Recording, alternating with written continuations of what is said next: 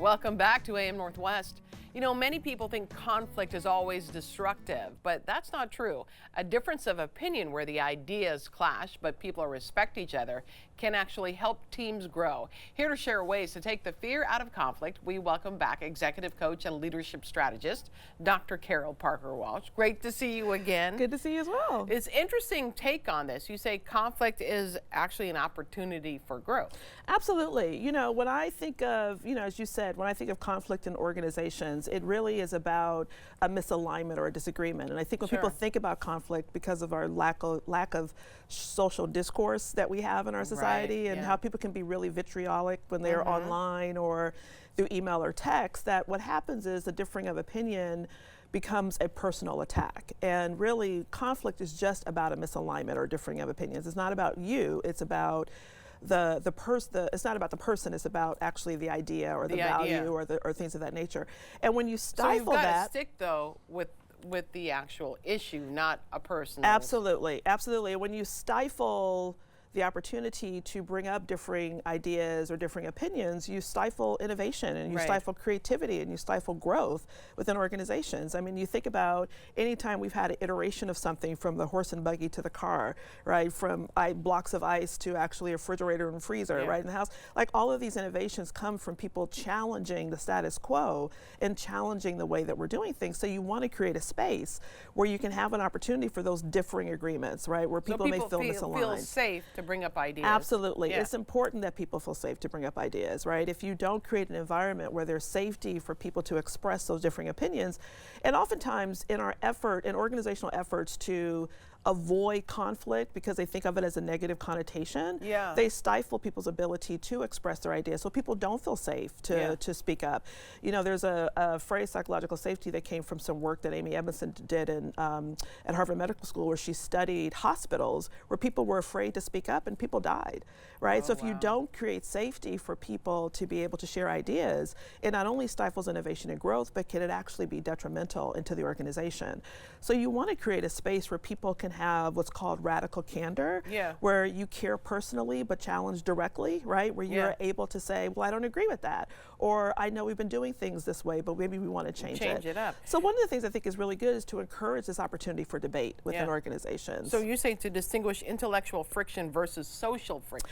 Yes, so intellectual friction is a great thing, right? It's the opportunity to exchange ideas. Again, it's you have an idea, I have an idea, or you may have been doing something for a long time and now I want to say maybe we can do something different.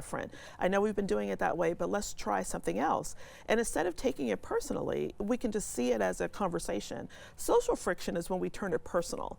It's about, now you're suggesting something different, so now I have fear around it because I don't know what that looks like, or I'm threatened by it because maybe I feel like my position is threatened, or my role is threatened, or the work that I do is threatened because you're challenging the way I've always done things, right? And so that's usually where it becomes a social friction. And so you want to be able to not focus on that, but really focus on the exchange of ideas. You say also to master your own communication skills. Yeah, well, and this is the key thing about people taking things personally. When you're bringing up something different, you want to ask yourself, why am I taking it personally? But you also want to think, as the person delivering the idea, am I doing it in a way that's offensive? Am I speaking down about your idea, or am I just generating a different point, right? So communication is really important, because when we're having conversations, I'm bringing all my baggage to the table, you're bringing all your baggage to the table, and often we are misaligned in terms of, are we actually seeing what the other person is saying?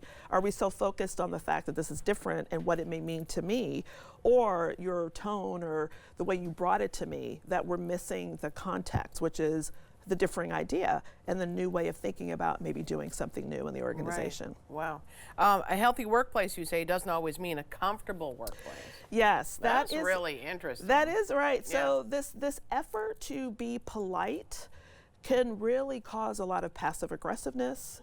It can cause people going behind people's backs. It can cause, really, on the face, it seems like a well-run and polite organization, but underneath it is very treacherous and dangerous. And you have to, there's a lot of political issues, and you have to know who to talk to and things of that nature.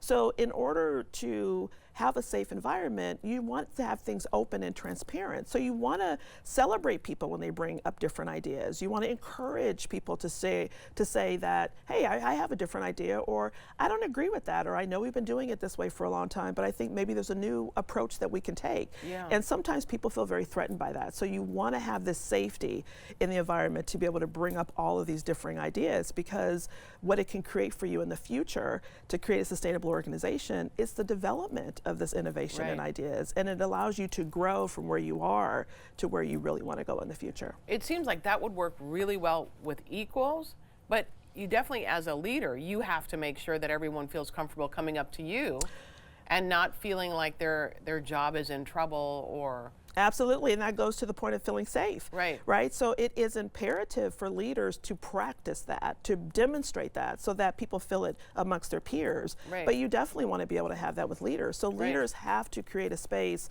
and have an open policy where they say, challenge me. If I'm doing something that you think there's a better way to do it, please let me know. But a lot of times leaders, again, people feel threatened, or they feel as if their authority is being challenged, and it's none of that, right? And so that's the other piece about checking your own communication, checking yourself in the process, so that you know it's not about you, but it's about the ideas.